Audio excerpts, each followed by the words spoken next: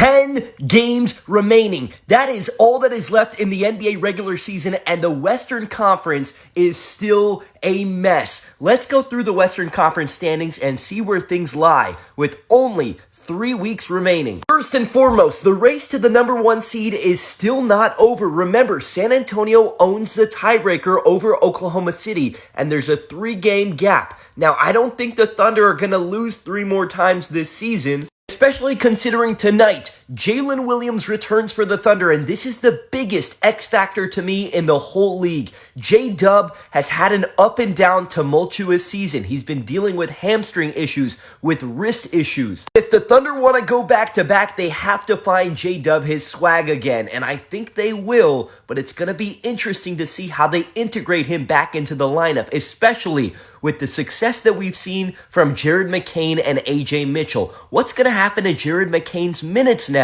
Speaking of Jared McCain and the Thunder, by the way, tonight is his revenge game against Daryl Morey and the Sixers. And look at this Oklahoma City schedule the rest of the month. They play Boston next, then they play the Knicks and the Pistons, all possible finals previews towards the end of this month. It's going to be a great month to watch OKC.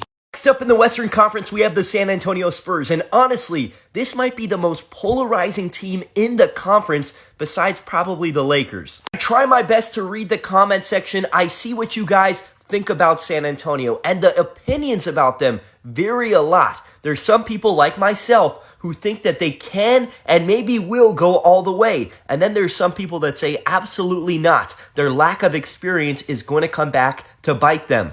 I understand that sentiment. Their lack of experience is a big issue, but can I counterpoint with a few points of my own? Yes, Victor Wembanyama has never played in an NBA playoff game, but he had to go through an Olympic gold medal run with France, including playing in the gold medal game. That is a huge stage to be on. Stephon Castle has played in huge games in March. Again, I get it. It's not the same thing as the NBA playoffs, but those are huge stages. So they have played under bright lights, but of course not the same bright lights of the NBA playoffs. And that's going to be the story for them as we head closer and closer to April, May, and June. As we know, though, this is where the West gets interesting between the 3 seed and the 6 seed, and the 3 seed Lakers growing their lead and growing their chances of contending. 9-game win streak for the Lakers as they head into Detroit tonight. Now, this game in Detroit tonight, of course, no Cade Cunningham, but also for the Lakers, no Marcus Smart and no Rui Hachimura.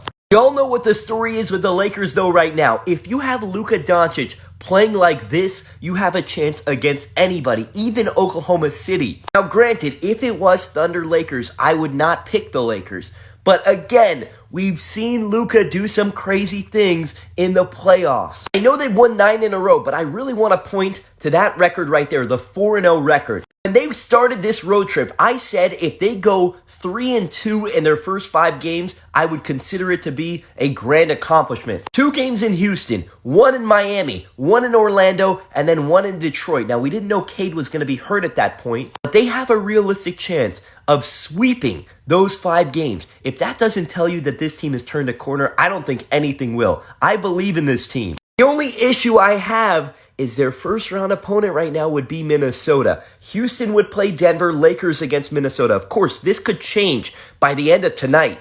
I don't know who I would pick, though, if it was Lakers and Timberwolves, because I still can't get the images of last year's playoffs out of my mind. And Minnesota, as we know, has been such a roller coaster ride this season, but a game like yesterday is why I can't quit them. Winning in Boston without Anthony Edwards, and especially the emergence of Bones Highland and Ayo Dosunmu. This is a loaded graphic from Dane Moore, who does such a great job covering the Minnesota Timberwolves. Now, this is from last week. I'm not trying to imply anything here, but the Wolves with Anthony Edwards on the floor this season, look at their defensive rating with Ant and their defensive rating without Ant. Why is this happening with them? And last thing on Minnesota, they've been so reliant on the same starting 5 all season, And the question now becomes, with Ayo Dosunmu, do they consider starting Ayo over DiVincenzo? The crazy thing is, I just spent so much time talking about Lakers-Wolves, but Houston and Denver and Minnesota are all basically in a virtual tie right now. The only difference is Houston is one ahead of these guys in the loss column. Speaking of the Rockets, they have been such a strange team in their own right this season. Those 2 losses in a row to the Lakers, Tari Eason struggling to make a single three-pointer, but then they matched that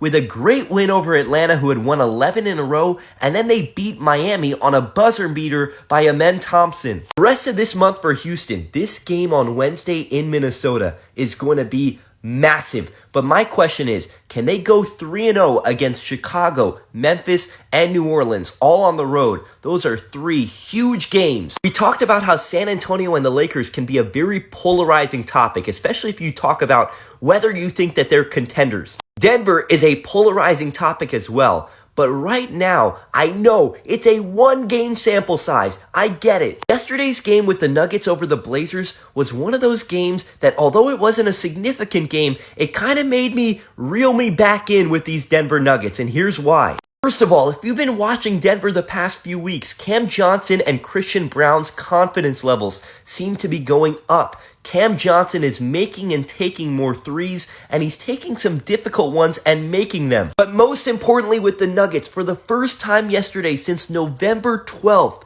they were fully healthy. Now, knock on wood, Peyton Watson came back and had a great game. If Peyton Watson is who he was the first half of the season, this Nuggets team is loaded. And yes, their defense is a question.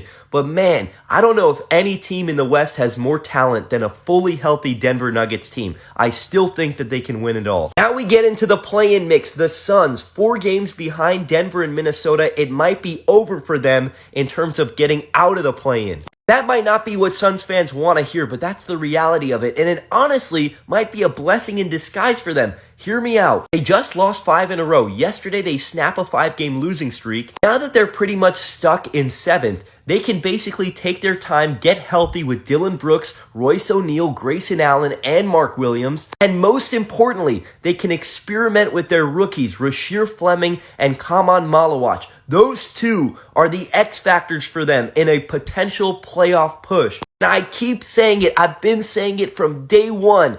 This team can be the Cinderella. I'm telling you, they move the ball, they share the ball, they get paint touches, they play defense, they scrap, they fight, they claw. I love this Suns team, and I wouldn't be surprised if they push somebody to the brink. The last race in the West is basically the race for the 8th seed. You have 3 teams within 2 games of one another. The Clippers, half a game above Portland, 2 games above Golden State, who's in free fall mode. Clippers have a fairly light schedule coming up. They just had that win in Dallas. Darius Garland had 41 in that game. Now they get Benedict Mathurin back, and they host the Bucks and the Raptors. Can they go 2-0 at home? The biggest game, though, is that last game of the month when they host the Trailblazers. Speaking of those Trailblazers, I keep wondering, what is their intention going to be towards the end of the regular season? Because again, remember, if Portland makes the playoffs, their first-round pick goes to Chicago. If they miss the playoffs, they keep their pick. What is more important for them? The thing is, look at Portland's upcoming schedule. A 4-game homestand when they host the Nets, the Bucks, the Mavericks, and the Wizards. This is the team that likely will finish in 8th just because of this schedule, as long as they can take care of business. And then you have the Golden State Warriors. What is their motivation the rest of the season? Do they want to tank? Apparently not, because remember, Steph is supposed to come back at the end of this month. When is that going to be? Could that be Wednesday against Brooklyn?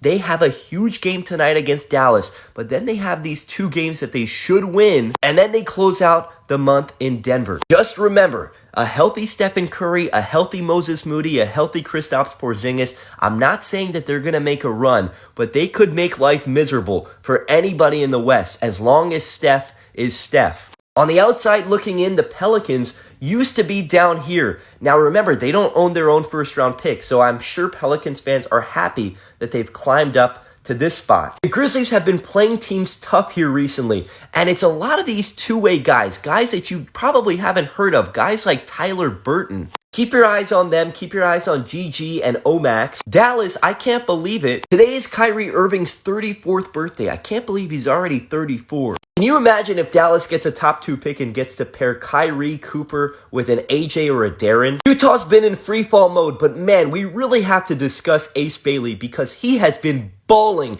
and I'm telling you, he looks like he could be a face of the franchise type of player. And then Sacramento, yes, it's been such a rough season, but Maxime Reynaud looks like their center of the future. I'm very optimistic with his outcome and his outlook going forward.